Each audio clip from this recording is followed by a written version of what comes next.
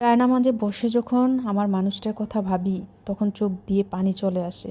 কত দোয়া করছি আল্লাহর কাছে যেন তাড়াতাড়ি দেশে আসতে পারে, তাড়াতাড়ি কাগজপত্রগুলো হয়। হ্যাঁ, আমি আজকে আমার স্বামীর কথা বলছি, যে স্বামী আজকে 3 বছর ধরে ইতালিতে প্রবাসী হয়ে দিন যাপন করছে। আর আমি এদিকে আমার এক ছেলে এক মেয়ে নিয়ে আছি। আমার সুখের সংসার, কোনো কিছুর অভাব নেই। ইভেন সে আমাকে কোনো কিছুর অভাব দেখায়নি কখনো। সব সময় আমার যখন যা প্রয়োজন তাই আমাকে অবলীলায় দিয়েছে, এখনও দিয়ে যাচ্ছে। কখনো জিজ্ঞেস করে না, কখনো টাকা পয়সার কোনো কিছুর হিসাব চায় না। আসলে আমার স্বামী এমনই, অনেক ভালো একজন মানুষ। কিন্তু আজকে 3 বছর হলো ও ইটালিতে ঢুকেছে।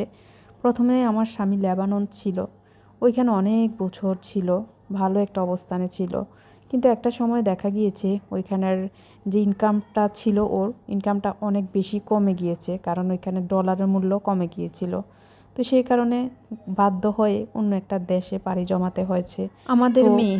কিন্তু এখন পর্যন্ত বাবার সাথে দেখাই হয়নি। যখন আমি কনসিভ করেছিলাম ও তখন ওই দেশে পাড়ি জমিয়েছিল। আর তারপর আমার বাবু দুনিয়াতে আসলো, কিন্তু বাবার সাথে দেখা হয়নি।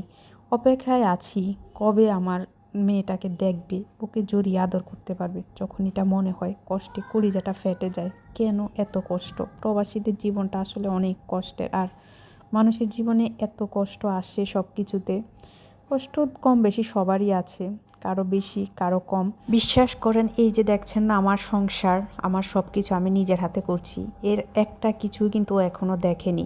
কারণ ও যখন ছিল তখন আমি নিচতলায় ছিলাম, আব্বু আম্মুর মতো ছিলাম, আব্বু আম্মুর কাছে ছিলাম। কিন্তু ও যাওয়ার পরে, যাওয়ার 1 বছর পরে আমি দোতলায় শিফটিং হয়েছি। আর এই দোতলাটা আমি নিয়েছি আমার ফ্ল্যাট। আর তিলে তিলে করে একটা একটা একদম শূন্য থেকে শুরু করে তিলে তিলে আমি সব কিছু ওর জন্য রেডি করছি। আমারও ইচ্ছে, অনেক দিন ধরে মনের ভিতর ইচ্ছাটা ছিল। বোঝেন তো, একটা মেয়ের সংসার মানে অনেক কিছুই। একটা সংসার যখন হয়, একটা সংসারে যখন সব কিছু নিজের দখলে থাকে, কেউ কিছু বলার ক্ষমতা রাখে না, তখন একটা মেয়ের জীবনটা সার্থক মনে হয়। অনেক কিছু পেয়েছি এমনই মনে হয়। তো আলহামদুলিল্লাহ, আমি আমার সংসারে সব কিছু গোছাচ্ছি, ভালোই আছি আমি আমাকে নিয়ে নিজের মধ্যে। কিন্তু আমার স্বামী ভালো নেই। ও বারবার শুধু ছটফট করে দেশে আসার জন্য, ওর মেয়েটাকে দেখার জন্য। ওর ছেলেটা বড় হয়েছে, বুঝ হওয়ার পর থেকে আমাদের ছেলেটা বুঝ হওয়ার পর থেকে কিন্তু মানে বাবাকে কাছে পায়নি। বাবার সাথে ঘোরাঘুরি বা বাবার যে একটা কেয়ার, এই জিনিসটা এখনও বোঝে না, এখনও বুঝতে পারেনি। কিন্তু এবার যদি আসে তাহলে অবশ্যই বুঝবে, কারণ এখন দেখি বাবাকে অনেক মিস করে। বাবার আদর, বাবার কেয়ার, সব কিছুর কথা ও বলে এখন। ভালো ভিডিও আমি বানাতে পারি না, গল্পের মতো করেও বলতে পারি না, কিন্তু বাস্তব বলছি। আমি যা বলছি এটা তো আমার জীবনের কাহিনী, আমার জীবনের সব সত্যিকারের কাহিনী। কারণ হাজব্যান্ড ওয়াইফ যদি ভালো থাকে, ওদের মধ্যে যদি আন্ডারস্ট্যান্ডিং থাকে, মিলমিশ থাকে, তাহলে জীবনটা অনেক সুন্দর হয়, জীবনটাকে সুন্দর করে সাজানো যায়। আর বর্তমান পরিস্থিতি এটা অনেক বেশি জরুরি, হাজব্যান্ড ওয়াইফ একসাথে থাকা, ঠিক থাকা। কিন্তু আমাদের সব কিছুই ঠিক আছে, আমরা এখনও একসাথে থাকতে পারিনি। হ্যাঁ, আরেকটা কথা আপনাদের সাথে শেয়ার করছি, সেটা হলো আমরা কিন্তু লাভ ম্যারেজ করেছি। মানে বিয়ের আগেও আমাদের মধ্যে মানে পছন্দের একটা ব্যাপার ছিল, দুজন দুজনকে পছন্দ করতাম। তারপর ফ্যামিলিগতভাবেই আমরা বিয়ে করেছি। তখন লাভ ম্যারেজটা তো সহজ ছিল না। আমার ফ্যামিলি কিছুতেই প্রথমে মেনে নিচ্ছিল না, ওর ফ্যামিলিও না। তারপর অনেক কান্নাকাটির পরে, মিলমিশের পরে, অনেক বোঝানোর পরে দুই ফ্যামিলিকে একত্রে করেছি আমরা। একত্রে হওয়ার পরে দুই ফ্যামিলিগতভাবেই বিয়েটা হয়েছে। দেখা গিয়েছে যে ও তখন লেবানন থাকতো, তো বিয়ের 4 দিন, মাত্র 4 দিন আছে ও লেবানন চলে যাবে। লেবানন যাওয়ার 4 দিন আগে আমাদের বিয়ে হয়েছে। তো বিয়ের সময় বিয়ে করার পরে ও আবার সেই লেবানন চলে গেল, প্রবাসে পাড়ি জমালো। তো আমি এখান দিয়ে আমার মতো করে আমি একা দিন কাটাচ্ছি, আমি পড়াশোনা করেছি। তখন বিয়ে হয়, তখন আমি অনার্স সেকেন্ড ইয়ারে পড়তাম। তো বিয়ের পরে তো বলছে তুমি পড়াশোনাটা করো ঠিকঠাকভাবে, পড়াশোনায় মন দাও। তো আমি আবার সেই পড়াশোনা করেছি। আমি সেকেন্ড ইয়ার থেকে আমি অনার্স শেষ করেছি, তারপর মাস্টার্স শেষ করেছি। অনার্স মাস্টার্স শেষ করার পরও দেখা যায় ওর ভিতরে তো বছরে বছরে দেশে আসছেই। তারপরে মাস্টার্স শেষ করার পরে আমি আবার ওর কাছে গিয়েছি, ও আমাকে লেবানন নিয়ে গিয়েছিল। লেবানন যাওয়ার পরে তখন আমাদের কোনো বাবু ছিল না।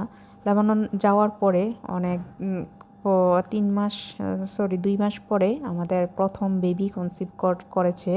তো এটা তো আমরা এত খুশি হয়েছিলাম, এত আনন্দ ছিল মনের ভিতরে। কিন্তু আমি একটু কোমার মতো হয়ে গিয়েছিলাম, কারণ ওইখানের পরিবেশে আমি কোনোভাবেই মানিয়ে নিতে পারছিলাম না নিজেকে। কারণ একই তো মানুষ নাই, একটা ভিন দেশে একদম একা, তার উপর কনসিভ করার পরে তো জানেনই মেন্টালিটি ঠিক থাকে না, অন্যরকম লাগে। তো সেই জন্য আমি কোনোভাবেই ওইখানে ম্যাচ করতে পারছিলাম না, যার কারণে 4 মাসের মাথায় আমাকে দেশে পাড়ি জমাতে হয়েছে। অনেক কান্নাকাটি করে আমি একদম অস্থির হয়ে, আমি মনে হয় যে এক ধরনের কোমায় চলে গিয়েছিলাম, মানে অন্যরকম অবস্থা হয়ে গিয়েছিল, ডিপ্রেশন হয়ে গিয়েছিল বিভিন্ন পরিস্থিতির কারণে। কারণ আমি কখনোই একা থাকিনি, জন্মের পর থেকে মা বাবার কাছে থেকে অভ্যস্ত। বিয়ের পরেও দেখা গিয়েছে যে আমি শ্বশুর বাড়িতে যেতে পারি নাই, কারণ বিয়ের 4 মাসের মাথায় আবার আমার শাশুড়ি মারা গিয়েছিল, যার কারণে আমি শ্বশুর বাড়িতে আর যাওয়া হয় নাই। সেই জন্য আমি আম্মু আব্বুর কাছেই ছিলাম, আর সেই জন্যেই আমি বাইরে গিয়ে একদম নিজেকে মানিয়ে নিতে পারছিলাম না। যদিও আমার হাজব্যান্ড এতটাই যত্ন করেছিল, এতটাই আমাকে কেয়ার করেছিল, মানে আমি বলে বোঝাতে পারবো না। ওর দোকান ছিল তখন ওইখানে, সারাদিন দেখা যেত আমি আমার রুম ছিল, বাসা ছিল দোকান থেকে একদম কাছে, রান্নাবান্না আমাকে করতে হতো না। একটা মেয়ে ছিল তখন, একটা আপু ছিল, ও রান্নাবান্না করে দিত। সকালে ওঠার পরে নাস্তা ওই নিয়ে আসতো, কখনো কিনে নিয়ে আসতো, কখনো বানাতো। যদিও দোকান ছিল কাছে কাছে, দোকানের কাছে বেকারি ছিল বা বিভিন্ন রেস্টুরেন্ট ছিল, তো ওইখান থেকে খাওয়া নিয়ে আসতো অর্ডার করে। তো দুজন মিলে খেতাম, তারপর ও আবার দোকানে চলে যেত। দুপুরেও দেখা যায় ওই আপুটা রান্না করে যেত, রাতে রান্না করতো, তো ওই রান্নাটা আমি গরম করে খেতাম, যদিও খেতে পারতাম না একদম। তো তখনও ও ফোন করে খবর নিত খেয়েছি কি না, তারপর আমার কি প্রয়োজন, আমার কি খেতে ইচ্ছে করে, খুবই যত্ন করেছে সব কিছু মিলিয়ে। কিন্তু এত শান্তিতে এত সুখে থাকার পরও আমি টিকতে পারিনি ওইখানে, ওই দেশে। কেননা আমি একা হয়ে গিয়েছিলাম, খুবই একাকিত্ব লাগছিল। আর আমার একটা মনের ভিতর কেন জানি এই ভয়টা আমার কাজ করছিল যে আমার গর্ভের সন্তানটাকে হয়তো বা কেউ মেরে ফেলবে, রাত হয়তো বা মানে এমন দুঃস্বপ্ন আমার মনে আসতো, যার কারণে আমি ওইখানে টিকতে পারিনি, থাকতে পারিনি। তো আমার 4 মাসের মাথায় আমি দেশে আসার জন্য আমার ভাসুর ছিল ওইখানে, উনি টিকিট কেটে দিল।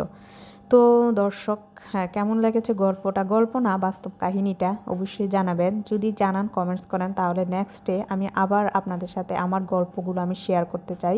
তো আজকে আমার সব কিছুই আলহামদুলিল্লাহ হয়েছে, শুধু আমার মানুষটা আমার পাশে নাই, এটাই হচ্ছে আমার জন্য অনেক বেশি কষ্টের। আমার অনেক খারাপ লাগে আমার যখন মনে হয় যে আমার এত কিছু হচ্ছে, এত সুন্দর মাসাল্লাহ সংসার হচ্ছে, কিন্তু আমার মানুষটাই আমার কাছে নাই, আমার পাশে নাই, আমি ওকে দেখছি না, আমি ওকে টাচ করতে পারছি না। এই জিনিসগুলো আসলে অনেক বেশি কষ্টের। তো আপনারা অবশ্যই আমার জন্য, আমার পরিবারের জন্য দোয়া করবেন।